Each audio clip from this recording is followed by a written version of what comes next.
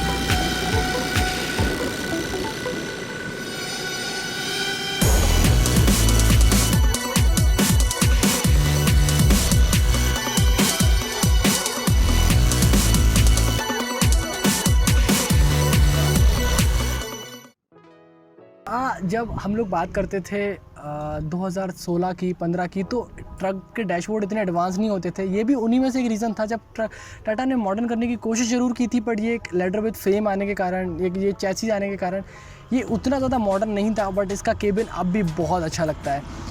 4 से 5 साल गुजरने के बाद भी ये जो डिज़ाइन था वो आज भी ऐसा है कि अगर आज भी कोई नए तरीके से थोड़े से ट्विक्स करके लॉन्च कर दे, जो कि अब BS6 में बिल्कुल नहीं है, तो भी ये बहुत ज़्यादा हिट होने वाला है। तो चलिए देखते हैं टाटा 3518 के अंदर क्या है। तो इस 180 हॉर्स पावर इंजन के ऊपर जो सदा हुआ केबिन है उसमें आप अंदर क्या मिलने वाला है।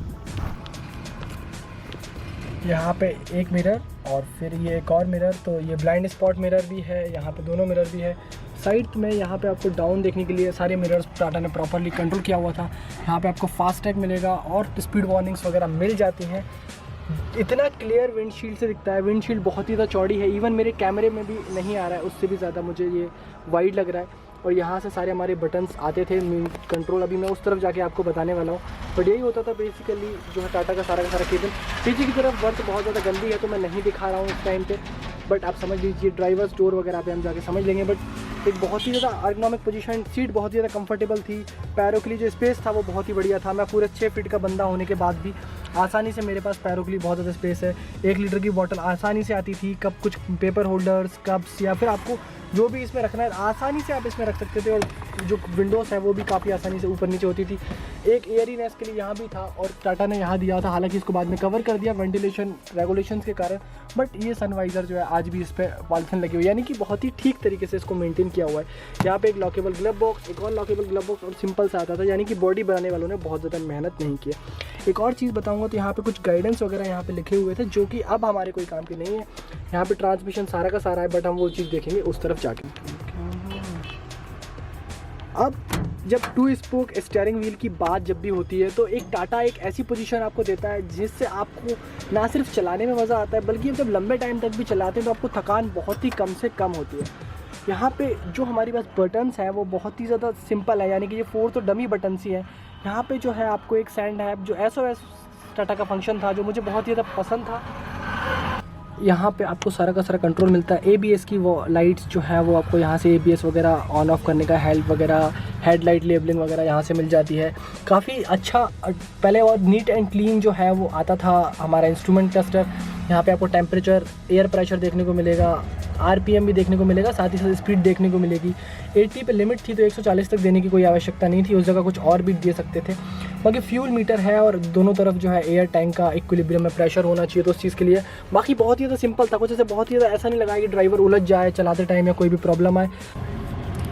हैंड ब्रेक हमें यहाँ मिलता था। अब ये किसी के लिए अच्छा भी हो सकता है, कोई इसको पसंद नहीं भी करता है। कुछ लोग चाहते हैं कि यहाँ सामने की तरफ मिले, और यहाँ मिलता था हमें एक 6 स्पीड का गियर बॉक्स जो कि बहुत ही बढ़िया था, स्पेशली जब हम लोग अंडर लोड में चला रहे हैं तो बहुत ही ज़्यादा यूज़फुल था। काफ़ी अच्छे इसके गियर सिलेक्शन रेंज थे। यहाँ से हमें वाइपर्स के थोड़े से कंट्रोल्स और लाइट्स हमारी यहाँ से जलती थी बिल्कुल कार की ही तरह, देखने में काफ़ी शानदार था। और मिरर्स वगैरह की जो प्लेसमेंट थी वो बहुत ही बढ़िया थी, मुझे तो काफ़ी अच्छा लगता था। खिड़की वगैरह भी अच्छे तरीके से खुलती थी। पीछे की तरफ भी जो खिड़की आप देख रहे हैं तो वो भी काफ़ी अच्छे से हाफ स्लाइडिंग खिड़की थी, यानी कि आधी आप इसको खोल सकते थे। बहुत ही बढ़िया जो है पूरा ओवरऑल टाटा का 3518 था। यही कारण था कि 3518 काफ़ी सक्सेसफुल भी रहा है। और नीचे की तरफ आप देखें तो ग्राउंड फ्लोर फ्लोटेड एक्सीलेटर आते थे। तब इलेक्ट्रॉनिक एक्सीलेटर का कोई फंडा नहीं था, तो इलेक्ट्रॉनिक वगैरह नहीं आते थे, बिल्कुल सिंपल केबल ऑपरेटेड एक्सीलेटर हमें मिलता था। तो आप देख सकते हैं यहाँ पे दोनों के दोनों यहाँ पे जो है वो क्लच है। बहुत ही अच्छे से टाटा का लोगो, हॉर्न वगैरह, हॉन्क वगैरह यहाँ से सब चीज़ मिलती थी। एयर हॉर्न वगैरह इसमें कुछ ऐसा नहीं लगा है, और बाकी आपको वाइपर वगैरह, विंडशील्ड वगैरह यहाँ से देखने को मिलेंगी। बट ट्रक जो है वो बहुत ही बढ़िया था, स्पेशली जो इसकी कमांडिंग ड्राइविंग पोजीशन थी। इस पर आप एक लंबे टाइम पे चलाएंगे तो भी आपको कोई दिक्कत नहीं आने वाली है। सीटिंग वगैरह ऑब्वियसली हाफ सीट्स मिलती थी, फुल सीट्स इसमें तब भी नहीं मिलती थी, अब भी नहीं आती है। और अगर आप गेट को जो खोल लेंगे तो जो प्लास्टिक क्वालिटी वगैरह थी वो थोड़ी बहुत बेहतर कर सकता था टाटा। हालांकि अब जो ट्रक्स आ रहे हैं उनमें थोड़ा सा कंप्लेन करना मुश्किल है, बट पहले वाले में थी। बट फिर भी 4 से 5 साल बाद भी गाड़ी की कॉस्ट जो देखिए आप कि जो कंडीशन है वो बहुत ही बढ़िया है इतना ज़्यादा चलने के बाद। का ये ट्रक क्यूमेंस BT 5.9 लीटर के साथ में आता था और BS3 के साथ आता था। उसके बाद भी ये ट्रक लाजवाब था, बेहतरीन था। ना सिर्फ उस टाइम पे इसकी बहुत डिमांड थी, बल्कि आज भी सेकेंड हैंड मार्केट और रीसेल वैल्यू इसकी बहुत ज़्यादा है। आज भी ये ट्रक हाथों हाथ बिक जाता है और इस ट्रक का परफॉर्मेंस, माइलेज, मेंटेनेंस सब कुछ बहुत ही बेहतरीन था। उस ज़माने में ना ही हमें BS4 या BS6 का झंझट था जिसमें कि हमें SCR लगाना पड़े, EGR लगाना पड़े या किसी तरीके का AdBlue लगाए हम। उसके बाद भी ये ट्रक जो है 45 से 55 किलोमीटर प्रति घंटे रोड की कंडीशन के हिसाब से आराम से चलता था। इसकी ग्रेडेबिलिटी ज़रूर थोड़ी सी कम थी क्योंकि ये आगे से ताकत लेता है, पीछे का एक्सल इसमें पीछे तक नहीं जाता है। क्योंकि ये एक घोड़ा है तो इसमें 19% की ग्रेडेबिलिटी मिलती थी। पर जो इसका कीमत था वो बहुत ही शानदार था, यानी कि आज से लगभग 4-4.5 साल पहले की मैं बात करूँ तो लगभग 20 लाख रुपये से इसका वेरिएंट शुरू हो जाता था। तो 20 लाख रुपये में ये ट्रैक्टर घोड़ा आपको मिल जाता था। आज आपको लगभग दुगनी कीमत देने के बाद भी ये घोड़ा उतना बेहतरीन मिलता है या नहीं मिलता है इसका मैं आपको तभी बताऊंगा जब मैं एक BS6 टाटा के 3518 का वीडियो लेके आऊँगा। तब तक के लिए दोस्तों हेलमेट पहनिए, सीट बेल्ट पहनिए, सुरक्षित चलिए। चैनल पर नए हैं तो चैनल को सब्सक्राइब कर सकते हैं, वीडियो को लाइक कर सकते हैं और नीचे कमेंट करके बता सकते हैं कि आप किस कार, बाइक, ट्रक या बस का वीडियो चाहते हैं। मैं आपके लिए उसी का वीडियो लेके आऊँगा। तब तक के लिए दोस्तों हेलमेट पहनिए, सीट बेल्ट पहनिए, सुरक्षित चलिए, ट्रैफिक पुलिसमैन से कभी मत झगड़िए और इंश्योरेंस वक्त से पहले रिन्यू करा लीजिए।